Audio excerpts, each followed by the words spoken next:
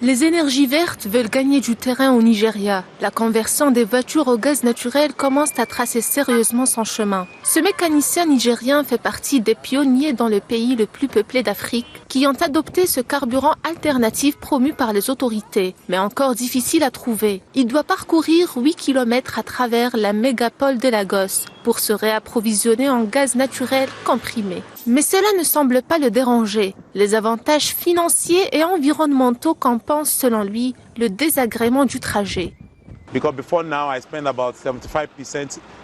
Auparavant, je dépensais environ 75 000 nairas, l'équivalent de 44 $ par semaine en carburant ordinaire, mais aujourd'hui je dépense environ 6 à 12, voire à 13 nairas par semaine.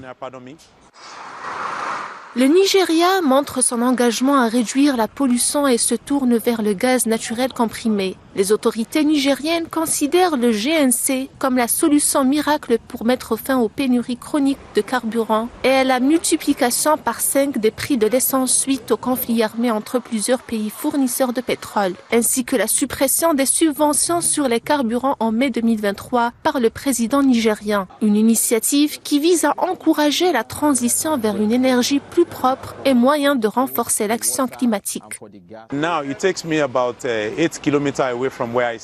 Cela m'éloigne d'environ 8 km de mon domicile, ce qui pose un problème dans une certaine mesure parce que l'endroit où je m'approvisionne en gaz n'est pas mon itinéraire habituel. Je dois faire un détour parfois pour m'assurer que j'obtiens du gaz, mais même avec cela, je vous dirais qu'il est toujours beaucoup moins cher pour moi d'utiliser le gaz que le carburant. Malgré tout ce qu'on dit de beau sur cette alternative prénommée carburant du futur, des inquiétudes restent quand même présentes. L'explosion en octobre d'une voiture fonctionnant au GNC dans l'état d'Edo, dans le sud du pays, a alimenté les appréhensions du public, la qualifiant de bombe à retardement. En fait, certains de mes amis m'ont parlé du GNC, mais l'aspect qui me décourage, c'est la question de la catastrophe. Un jour, un de mes amis m'a appelé du Bénin pour me dire qu'ils étaient à la station-service en train de remplir le réservoir de gaz et qu'il avait explosé, donc c'est inquiétant.